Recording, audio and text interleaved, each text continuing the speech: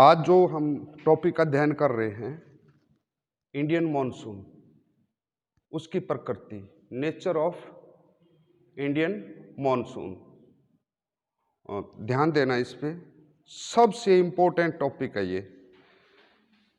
कोई भी competitive exam ऐसा नहीं है जिसमें यहाँ से क्वेश्चन नहीं पूछा जाता। इसकी प्रकृति के बारे में हम अध्ययन करेंगे। इसका भारत में प्रवेश यानी ऑनसेट, इसके बाद वर्षा लाने वाले तंत्र के साथ वितरण और संबंध, इसके बाद मॉनसून का विच्छेद या मॉनसून में विभंग, और उसके बाद फोर्थ पॉइंट में करेंगे हम इसका निवर्तन, मॉनसून का रिट्रीट। ठीक है, सबसे पहले मॉनसून का जो भारत में जो सिस्टम है वो कैसे उत्पन्न होता है, ओरिजिनेट कैसे होता है, इससे संबंधित जो थियरीज हैं, जो सिद्धांत हैं, उन पर एक नज़र डाल लेते हैं। ये भी महत्वपूर्ण है। सबसे पहले मैंने बताया था कि एक हिपालस महोदय थे जिन्होंने इन पवनों के बारे में, उनके दिमाग में आया था कि अगर लाल सागर से और केरल तट तक पहुंचना है तो इन पवनों के सहारे पहुंचा जा सकता है 40-42 दिन में, मॉनसून टाइम पे। इसके बाद में जो सबसे पहले काम इस पे किया वो थे अपने एडमंड हेली साहब। इन्होंने दी चिरसम्मत या थर्मल या क्लासिकल कॉन्सेप्ट। इसके बारे में मैंने पहले भी बताया है। डिफरेंशियल हीटिंग, जल और स्थल का अलग अलग तरीके से गर्म होना, यानी स्थल का जल्दी गर्म जल्दी ठंडा, और जो जल वाला भाग है उसका देर से गर्म और देर से ठंडा होना। यह है तापीय विचारधारा या चिरसम्मत विचारधारा, क्लासिकल या थर्मल कॉन्सेप्ट। एडमंड हेली साहब ने दी थी ये 1656 में। उन्होंने बोला था कि जब सूर्य उत्तरायण होता है और जून के महीने में उत्तर भारत में कर्क रेखा पे सीधा चमकता है, तो ये वाला जो पार्ट है भारत का, यहाँ पे बहुत ज़्यादा तापमान होता है। ज़्यादा तापमान होगा, हवा गर्म होएगी, ऊपर उठ जाएगी, लो प्रेशर क्रिएट हो जाएगा। ठीक है, उस टाइम पे क्योंकि सूर्य यहाँ पे है, निम्न वायु दाब यहाँ पे है, इंट्राट्रॉपिकल कन्वर्जेंस जोन है, वो भी शिफ्ट होके यहाँ पर आ गया है। तो उस समय यानी समुद्र पे इक्वेटर के आसपास उच्च वायु दाब रहता है कंपैरिजन इसके, तो हवाएं अपना हिंद महासागर से और भारत की तरफ उन्मुख होती हैं, इस लो प्रेशर क्रिएट होने की वजह से। सर्दियों में इसके उलट हो जाता है। सर्दियों में यहाँ पे हाई प्रेशर हो जाता है और नीचे वो जो है इसके कंपैरिजन में लो प्रेशर रहता है।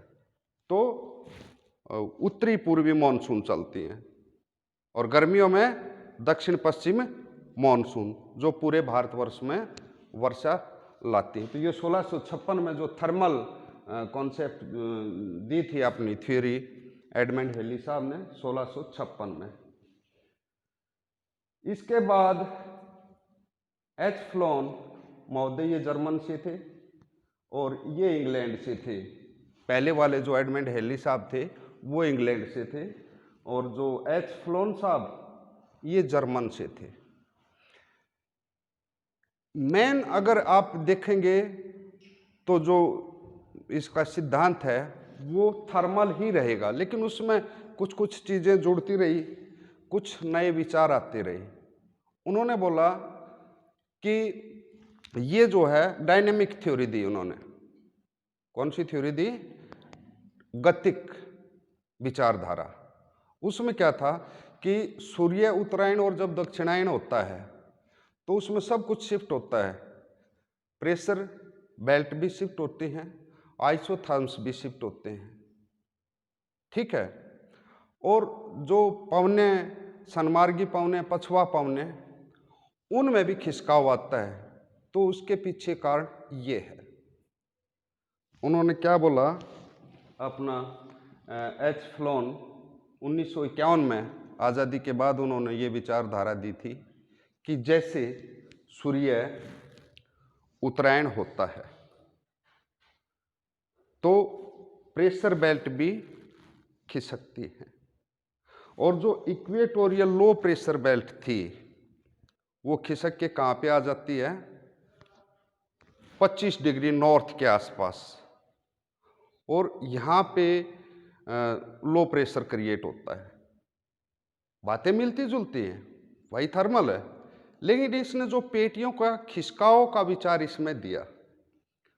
और उसमें आगे उन्होंने बोला कि जो आपका हाई प्रेशर बेल्ट जो दक्षिणी गोलार्ध में बनता था, सब ट्रॉपिकल हाई प्रेशर बेल्ट, वो भी शिफ्ट होकर उत्तर की तरफ आता है, यानी 15 और 20 डिग्री दक्षिणी अक्षांश के आसपास।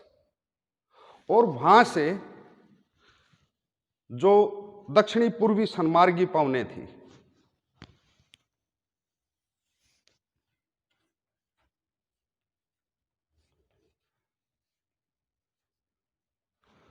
दक्षिणी गोलार्ध में फेरेल का नियम, पवने अपने बाएं मुड़ती हैं और उत्तरी गोलार्ध में पवने अपने दाएं मुड़ती हैं।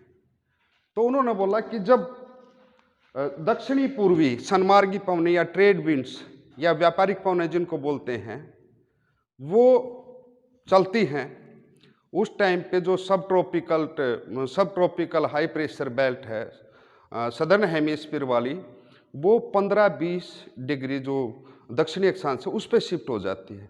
और उससे जब पवने चलती हैं, और उस टाइम पे ITCZ कहाँ पे आ जाता है? उत्तर भारत में 25 डिग्री उत्तरी अक्षांश के आसपास। इसका कुछ इस तरह से शेप होती है।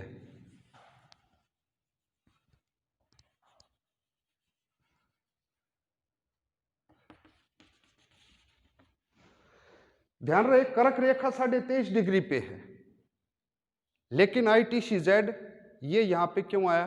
क्योंकि यहां पे स्थल का प्रसार ज्यादा है, ठीक है।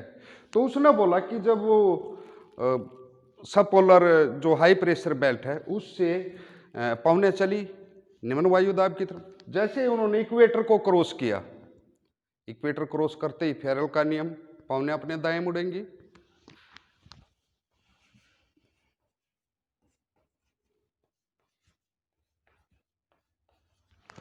और यही जो दक्षिणी पूर्वी सन्मार्गी पवने थी, यही प्रतिस्थापित हो गई, और इन्हीं को दक्षिणी पश्चिमी जो मॉनसून गर्मियों में जो बारिश लाती हैं वो रूप धारण कर लिया।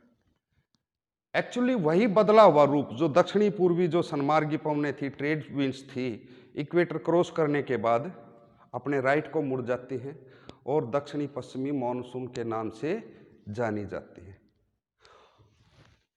हेली साहब ने सिर्फ दिया था कि सिर्फ थर्मल यानी जो तापीय विचारधारा, कि सिर्फ ये जल स्थल का जो विभेदी तापन है उसकी वजह से पवने चलती हैं, और उसी की वजह से पवनों का रिवर्सल होता है। इसने नया विचार क्या दिया कि सब कुछ आइसो बार भी, ये आपकी प्रेशर बेल्ट्स भी, और पवनों जो चलने का एरिया है वो भी शिफ्ट होता है। तो जो खिसकाव होता है ITCZ में या प्रेशर बेल्ट्स में, या जो ट्रेड विंड्स यानी जो प्लेनेटरी विंड्स हैं, सनातनी पवने, उनके जो एरिया चलने का उसमें खिसकाव होता है, उसी से वो जो है मॉनसून की उत्पत्ति होती है। हालांकि जो मेन जो चीज़ है जो समझने की है, थर्मल विचारधारा ही मेन रहेगी। इसमें ये नए नए विचार आते चले गए। इसके साथ ही एक 1948 में आर चेहराग इन्होंने भी दी थी एक एरोलॉजिकल थियरी, वायु सिद्धांत, वायुधारा सिद्धांत। इसमें क्या बोला इन्होंने, इसमें ये सिर्फ उसको एक्सेलरेट करने के लिए, यानी उसको तेज और मंदा करने के लिए ये विचार उसका काम करेगा। ओरिजिन वो जो है वही थर्मल जो थियरी है वही रहेगी। उसने बोला कि गर्मी में क्या होता है, यहाँ पे जो थार का डेजर्ट है ये बहुत गर्म हो जाता है। गर्म होने के बाद में हवा ऊपर उठती है, एयर करंट्स बन जाते हैं, वायु धारा बन जाती है। और क्योंकि वायुमंडल के निचले भाग में एयर प्रेशर ज़्यादा रहता है तो कुछ दबी दबी सी उठती है और 2 किलोमीटर ऊपर उठती है, यानी यहाँ से 2 किलोमीटर वो जो है ऊपर उठ गई हवा। कैसे उठी, यहाँ से वर्टिकल 3D में समझना इसको, यहाँ से सीधे एयर करंट ऊपर उठ गए और 2 किलोमीटर ऊपर उठ के ऊपर से यानी उत्तर पूर्व से और दक्षिण पश्चिम की तरफ चलते हैं। ये ऊपरी वायु संचरण है। और भूमध्य रेखा पे आके भूमध्य रेखा तक पहुंचने किधर अपने दाएं मुड़ती है और भूमध्य रेखा क्रॉस करने के बाद अपने बाएं मुड़ जाती।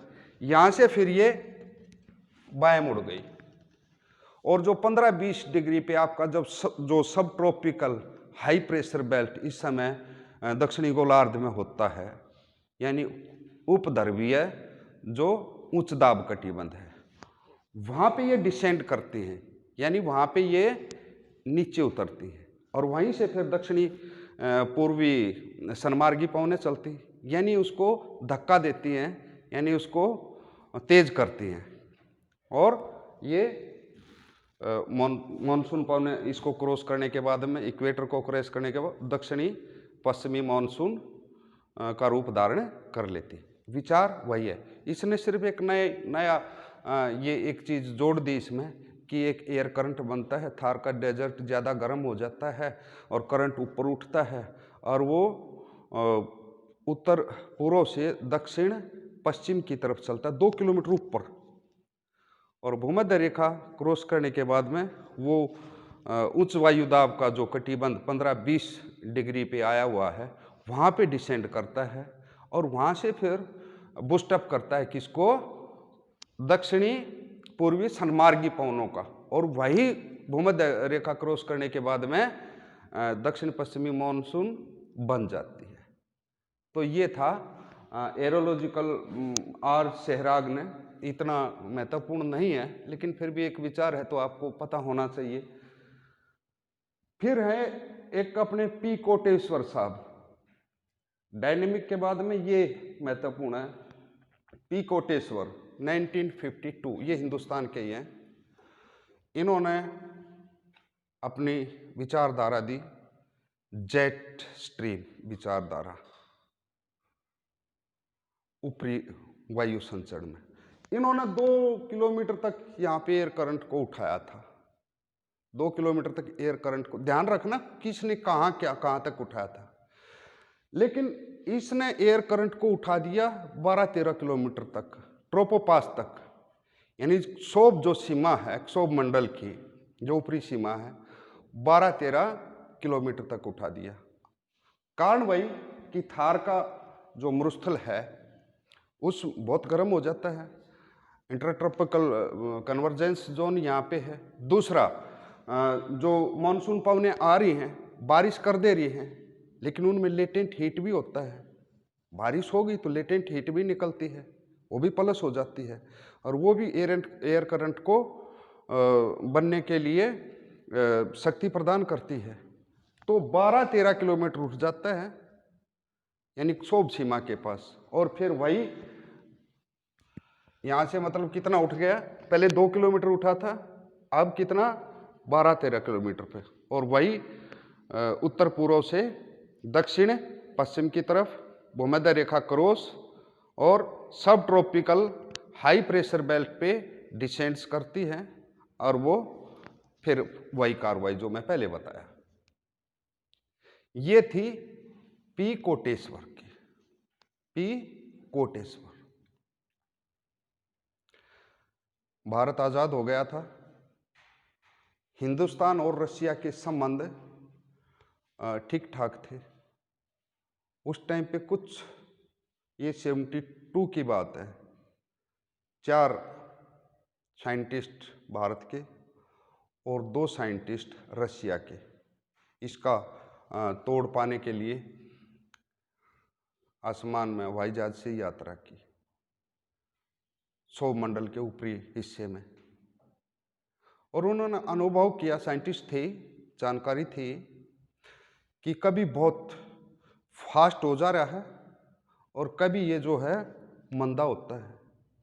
जो जितने बार भी उन्होंने फ्लाइट में गए अनुभव किया कि कभी वो जो जेट स्ट्रीम जो कोटेश्वर साहब ने दिया था कि कभी तो तेज हो जा रहा है और कभी हल्का पड़ जा रहा है। तो उन्होंने 2-3 चीज़ें और जोड़ी, इसको मोन्टेक्स थ्योरी के नाम से जानते हैं, कि सिर्फ जो थार का मरुस्थल है लेटेंट हीट पर यहाँ पे लो टेम्परेचर नहीं, हाई टेम्परेचर और लो प्रेशर। टेम्परेचर हाई होगा तो प्रेशर लो होगा, रिवर्स होता है इनका संबंध, ठीक है। तो सिर्फ ये है क्या, इसी से इतने स्ट्रॉन्ग जो है जेट बन रही है। फिर उन्होंने देखा साथ में हिमालय पर्वत भी है। हिमालय पर्वत तो ठंडा है, ये क्या करेगा, लेकिन ठंडा है उसके पीछे भी है कि जब हीट बजट पढ़ा होगा आपने तो उसमें क्या होता है कि जो इनकमिंग सोलर रेडिएशन है तो कुछ तो एटमॉस्फेयर से ही बादलों द्वारा या डस्ट पार्टिकल द्वारा रिफ्लेक्ट कर दिया जाता है वापस अल्बिडो के रूप में, और 51% पृथ्वी तक पहुंचता है। 2% उस टाइम पे आपने देखा था कि जो स्नो फील्ड है जहाँ पे बर्फ है वो भी परावर्तित करते हैं। तो इसमें जो इंसोलेशन आता है, इनकमिंग सोलर रेडिएशन, सूर्य तप जो उसमें आती है उसको ये भी रिफ्लेक्ट करता है, यानी वो भी एनर्जी है। तो हिमालय का एल्बिडो, साथ में फिर तिब्बत का पठार भी था। तिब्बत का पठार का रोल, तिब्बत का पठार भी बहुत गर्म हो जाता है और गर्म होके वहां पे भी एयर करंट उठते हैं। तो थार के डेजर्ट के एयर करंट्स, हिमालय की एल्बिडो और तिब्बत के पठार के करंट्स मिलके स्ट्रॉन्ग जेट धारा का निर्माण करते हैं। और जितनी स्ट्रॉन्ग बनेगी वैसे ही नीचे जाएगी, डिसेंट्स करेगी और मॉनसून को बूस्टअप करेगी और खूब भारत में बारिश होएगी। लेकिन हमेशा ऐसा नहीं होता, हो सकता है कभी कभार यहाँ पे एयर करंट ठीक ठाक सोचते हैं, यहाँ भी कभी कभी बारिश हो जाती है, इंदिरा कैनाल वगैरह का सिस्टम हो गया है, ठीक है ना। तो हो सकता है ये ढीला पड़ जाए और ये दो रह जाए तो जेट स्ट्रीम इतना स्ट्रांग नहीं होगा तो मॉनसून भी वीक पड़ेगा, ठीक है। हो सकता है कभी तिब्बत का पठार ज़्यादा गर्म ना हो, थोड़ा गर्म हो, कम सहारा लगाए तो ये होएगा। तो ये है मोन्टेक्स थ्योरी।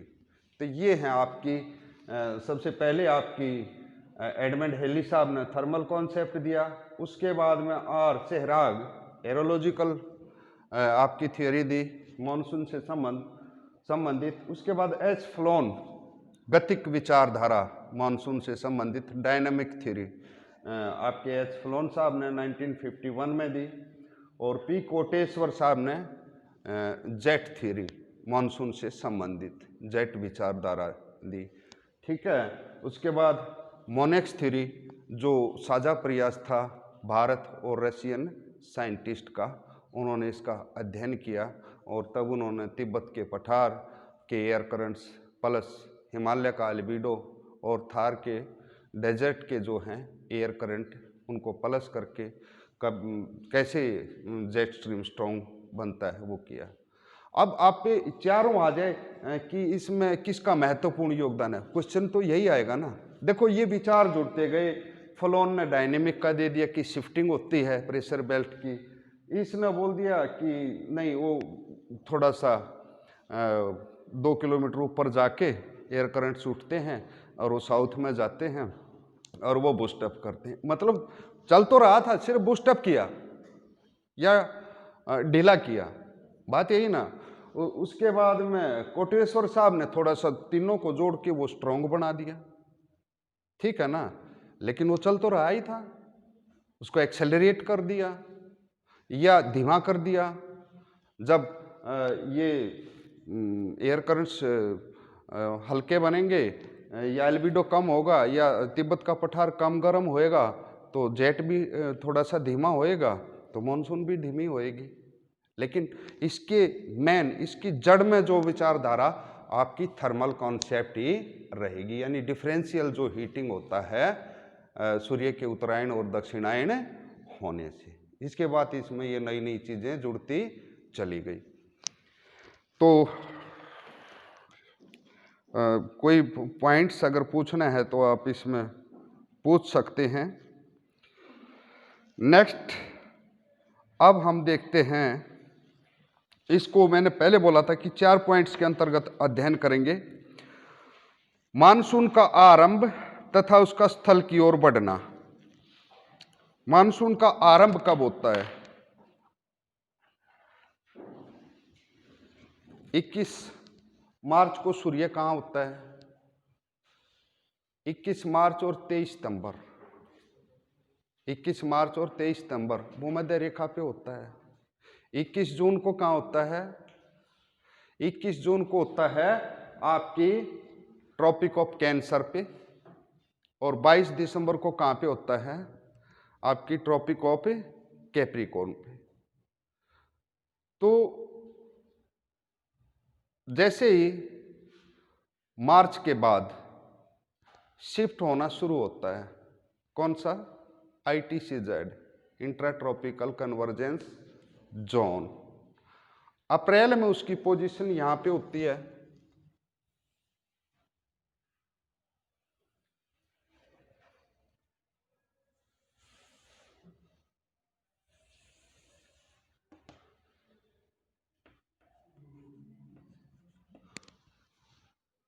अप्रैल में पोजीशन यहां पे। मार्च में कहां पे था? ट्रॉपिक ऑफ कैप्रिकॉर्न यानी मकर रेखा पे। अप्रैल में यहां आया, मई में यहां पे आ गया, और जून में 21 जून को कहां है आपका? कर्क रेखा पर 23.5 डिग्री। लेकिन ITCZ ये जल और स्थल के वितरण की वजह से, क्योंकि स्थल जल्दी गर्म होता है और जल्दी ठंडा, जो वाटर है वो देर से गर्म और देर से ठंडा, तो इस तरह से रहता है ये। अब भारत में जो प्रवेश है, वैसे अंडमान और निकोबार मई में ही यहां पे मानसून आ जाता है। मई में ही यहां पे मानसून आ जाता है, ठीक है। और यहां पे ऑन सेट होता है, आपने बताएगा कोई भारत में कौन सी तारीख को? आगे पीछे हो जाए उसको छोड़ दो, जनरली कब मानसून आता है? सबसे पहले ये केरला तट पे दस्तक देता है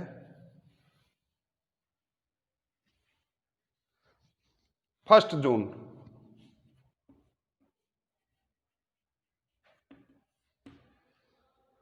1 जून के आसपास आने का यहाँ कहाँ पे आता है? केरला तट पे। और यहाँ पे आपका मानसून का बर्स्ट हो जाता है।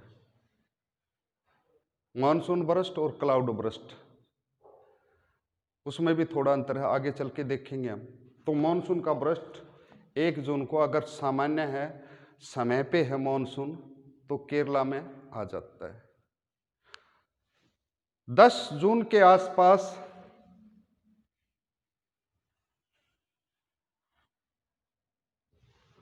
10 जून के आसपास मुंबई और कलकत्ता, 10 और 13 जून के आसपास, ठीक है। दिल्ली में मॉनसून आने का टाइमिंग है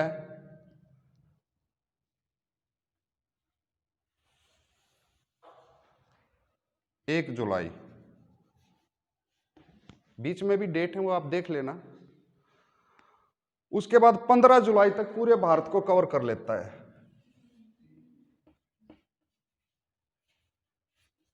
15 जुलाई तक पूरे भारत में फैल जाता है। तो सबसे पहले 1 जून केरला, उसके बाद मुंबई 10 और 13 जून के आसपास इधर तक कलकत्ता तक। फिर 1 जुलाई को आपके इलाके में यानी दिल्ली, और उसके बाद में 15 जुलाई तक पूरे भारत को कवर कर लेता है। 1 जून केरल तट, 10 से 13 जून मुंबई कोलकाता, मध्य जुलाई तक संपूर्ण भारत को कवर कर लेता है। अब नेक्स्ट है, इसके तहत जो मानसून का अध्ययन कर रहे हैं, वर्षा लाने वाले तंत्र तथा मानसूनी वर्षा का वितरण। एक है और ट्रॉपिकल साइक्लोन। ट्रॉपिकल साइक्लोन ये भी एक मानसून के अंतर्गत ही है। साइक्लोन होता है, उसमें भी एनर्जी होती है। पूछा भी था कि ये पवन है, क्या है मानसून? ये भी एक एनर्जी है, लेटेंट हीट है इसके अंतर्गत। जब वाष्पीकरण होता है, आपको पता होगा, तो वाष्पीकरण होने के लिए कुछ ऊष्मा चाहिए होती है और गुप्त ऊष्मा के रूप में उसके अंदर रहती है। तो ये उष्ण कटिबंधीय चक्रवात बे ऑफ बंगाल में बनते हैं और उससे दूर साउथ चाइना सी में भी बनते हैं। और ये जो आपका पूर्वी जो आपका कोस्टल एरिया है, इसमें जाते हैं और बारिश करने में मानसून सीजन में काफ़ी मदद करते हैं। इनकी गहनता, इनकी आवर्ती और कब आते हैं उस पे भी इस वर्षा का जो है कम या ज़्यादा होने का निर्भर करता है। इसमें आपकी जो ITCZ है, जब इसका अक्ष ओसिलेट होता है यानी दोलायमान होता है, तो इन चक्रवातों की जो गति है, जो इनकी आवर्ती है और इनकी वर्षा की गहनता और वितरण में भी पर्याप्त उतार चढ़ाव आता है। ओसिलेट कैसे होता है? ITCZ कभी नीचे हो जाए, कभी ऊपर हो जाए, लेफ्ट राइट हो जाए, तो इनको भी वो आकर्षित करने में थोड़ा सा ऊपर नीचे हो जाता है। वर्षा की जो क्वांटिटी है उसमें भी अप डाउन होता है। तो उष्णकटिबंधीय चक्रवात भी जो मानसूनी वर्षा है उसको प्रभावित करते हैं। ये बनते कैसे हैं? थोड़ा सा कॉम्प्लिकेटेड है। जब हम चक्रवात करेंगे, शीतोष्ण कटिबंधीय और उष्ण कटिबंधीय चक्रवात, जैसे ITCZ ऊपर आ रहा है, आप बोलेंगे कब कब बनते? ITCZ ऊपर आ रहा है। ITCZ मतलब भूमध्य रेखीय अभिसरण क्षेत्र। यहाँ पे कौन सी पवनें आती हैं? ट्रेड्स विंड आती हैं, उत्तर से भी और दक्षिण से भी। ये आ रही थी, इधर से आ रही थी और इधर से ऐसे आ रही थी, ये टकराती हैं तो फिर घूम जाती हैं, विरोधी दिशा से आ रही हैं। जब यहाँ टकराती हैं तो यहाँ चक्रवात बन जाता है। जब ITCZ पोजीशन की यहाँ आती है तो यहाँ तक, तो तब तक जो उत्तर पूर्वी सन्मार्गी पवनें आ रही होती हैं ना, क्योंकि ITCZ यहाँ पे है और दक्षिण से आ ही रही है, तो यहाँ से ये आएगी और यहाँ से ये जाएगी और घूम जाएगी।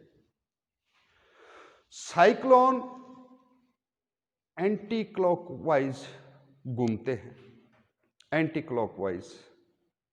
इसके लिए मैं लिखा देता हूं आपको ANC।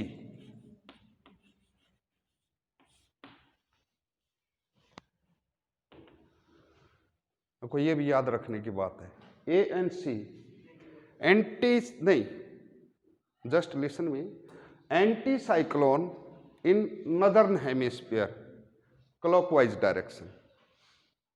एंटी साइक्लोन जो प्रति चक्रवात हैं वो नदर्न हेमिस्फीयर में कैसे, क्लॉकवाइज डायरेक्शन।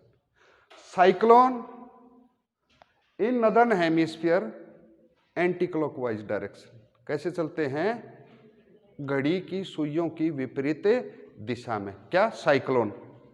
और एंटी साइक्लोन क्लॉकवाइज डायरेक्शन।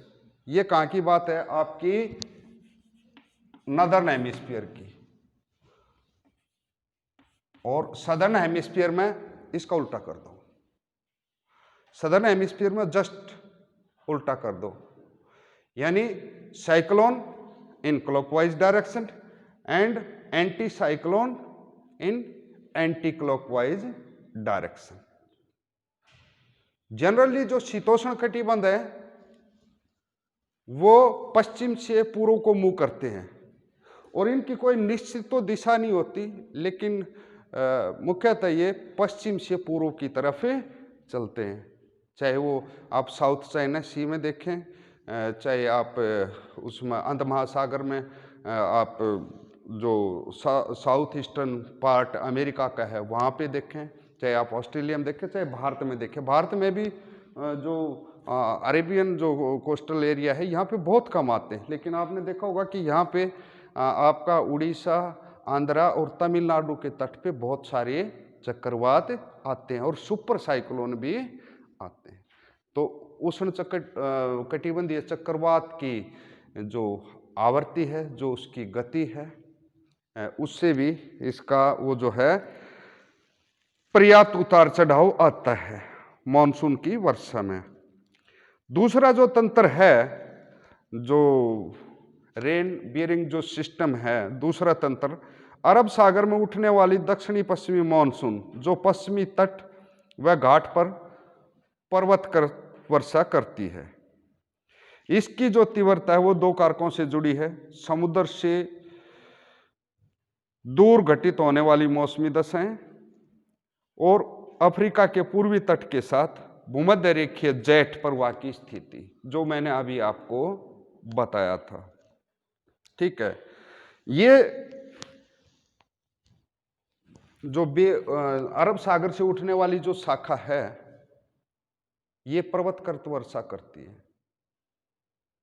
वर्षा आप +2 तक ज्योग्राफी पढ़े हैं, 3 टाइप्स की होती है, चक्रवातीय वर्षा, पर्वतकृत वर्षा या ओरोग्राफिक वर्षा या स्थलाकृतिक वर्षा बोलते हैं, या कन्वेक्शनल रेनफॉल। कन्वेक्शनल जो संवहनीय धाराएं बनने से, जो इक्वेटोरियल रीजन में बारिश होती है। बहुत गर्म हो जाता है समुद्र वाला इलाका, करंट्स के रूप में हवा ऊपर उठती है, मॉइस्चर कंटेंट ठीक ठाक है, ऊपर जाने से ठंडी होती है, ठंडी होने से फिर वही जो बार बार बताता हूँ ओशांक पे पहुँचेगी, संतृप्त हो जाएगी, संघनन शुरू हो जाएगा, बूंदे बादल बनेंगे और बारिश हो जाएगी। एक है ओरोग्राफिक रेनफॉल। ओरोग्राफिक रेनफॉल, कोई पवन आ रही है, अगर मॉइस्चर कंटेंट ठीक ठाक है, आर्द्रता उसमें ठीक ठाक है, लबालब है जल वाष्प उसमें, तो पर्वत से टकराएगी तो उठेगी तो ठंडी होएगी, वही क्रिया, बादल बनेंगे, बारिश होएगी। तो अरेबियन सागर की जो शाखा है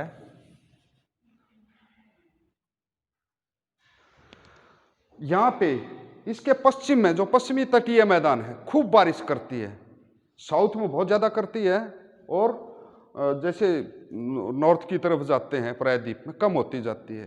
क्यों? यहाँ पे जो पहाड़ियों की ऊंचाई ज़्यादा है, जैसे जैसे नॉर्थ की तरफ जाते हैं पहाड़ियों की ऊंचाई कम होती जाती है। सबसे हाईएस्ट पीक अनाईमुदी, बार बार बताता हूँ, सबसे नीचे तो है महेंद्रगिरी, अनाईमुदी से कम है लेकिन वो भी 1500 मीटर तक है, उसके बाद अनाईमुदी, दोदा बेटा, कुद्रेमुख, ब्रह्मगिरी, महाबलेश्वर और ये आगे फिर कंसुबाई की पहाड़ियाँ, राजपीपला हिल। जैसे जैसे पहाड़ियों की ऊंचाई कम होती जाती है, बारिश कम होती जाती है। हाइट बढ़ेगी तो बारिश ज़्यादा। यहाँ पे बहुत ज़्यादा बारिश, ये leeward side rain shadow area, ये पीछे कुछ ऊपर बातचीत शुरू हो गई। अब देखेंगे कि दक्षिण भारत में बारिश वो जो है पश्चिम से पूर्व की तरफ कम होती जाती है, पश्चिम से पूर्व की तरफ कम होती जाती है। उत्तर भारत में देखेंगे, क्योंकि यहाँ से बे ऑफ बंगाल की शाखा घुसेगी, ठीक है, और यहाँ पे उष्णकटिबंधीय चक्रवात भी आएंगे, यानी उत्तरी जो प्रायद्वीप और उत्तर भारत का जो आपका क्षेत्र है, इसमें बारिश पूर्व से पश्चिम की तरफ कम होती जाएगी। 200-250 सेंटीमीटर, 150 सेंटीमीटर, 100 सेंटीमीटर, दिल्ली तक आते आते आपकी 60 सेंटीमीटर, और जैसे आप थार के रेगिस्तान के वेस्टर्न पार्ट जैसलमेर वगैरह में जाएंगे तो 12 सेंटीमीटर से भी कम वर्षा। इसके पीछे कारण, जैसे समुद्र से दूर हटते चले जाते हैं वैसे बारिश कम होती चली जाती। लेकिन ये तो समुद्र के पास है, यहाँ गर्मियों में बारिश क्यों कम होती है? क्योंकि इनके तो पैरेलल है ये, जैसे हिमालय पर्वत है, कौन सी, जो बे ऑफ बंगाल की जो शाखा है इसके पैरेलल है, और जो अरेबियन सागर वाली शाखा है उसके लीवार्ड साइड में, यानी वृष्टि छाया क्षेत्र, यहाँ पे बारिश कम होती है। क्योंकि पवन यहाँ बहुत बारिश कर दिया, फिर पर्वत पे चढ़ी, फिर नीचे उतरी, नीचे उतरेंगी तो गर्म होंगी तो जलवाष्प धारण करने की जो उनकी कैपेसिटी है वो बढ़ जाएगी, तो बारिश नहीं कर पाती। तो यहाँ भी आपको देखेंगे कुछ एरिया जो वेस्टर्न आपका राजस्थान है, ऐसे ही विदर्भ मराठवाड़ा वाला जो एरिया है आपका, कुछ कर्नाटक का, कुछ महाराष्ट्र का, कुछ तेलंगाना का, ये भी एक अर्ध शुष्क टाइप का यहाँ पे मौसम रहता है, ठीक है। तो ये बात कर रहे थे हम। एक थोड़ा सा विच्छेद की कल बात कर लेंगे, इसमें बता दूं एक दो पॉइंट और। समुद्र तट से दूर कौन कौन सी घटनाएं घटती हैं जो मानसून को प्रभावित करती हैं, जो मानसून को प्रभावित करती हैं? उसमें है, एक है एल नीनो, एक है ला नीना, ला नीना, एक है सदर्न ओसिलेशन, सदर्न ओसिलेशन। ये 3-4 पॉइंट हैं, इनको अलग से ही आपको समझाना पड़ेगा। ला नीना, वैसे वहाँ एक अम्बोल्ट की या चिली की जो है ठंडी जलधारा बहती है, जो दक्षिणी अमेरिका का जो पश्चिमी तट है वहाँ पे एक ठंडे जल की धारा रहती है। लेकिन एल नीनो 5 से 7 वर्ष के बाद जो इक्वेटोरियल जो काउंटर करंट है वो एक्सटेंड करके और एल नीनो के रूप में एक गर्म जलधारा बन जाती है।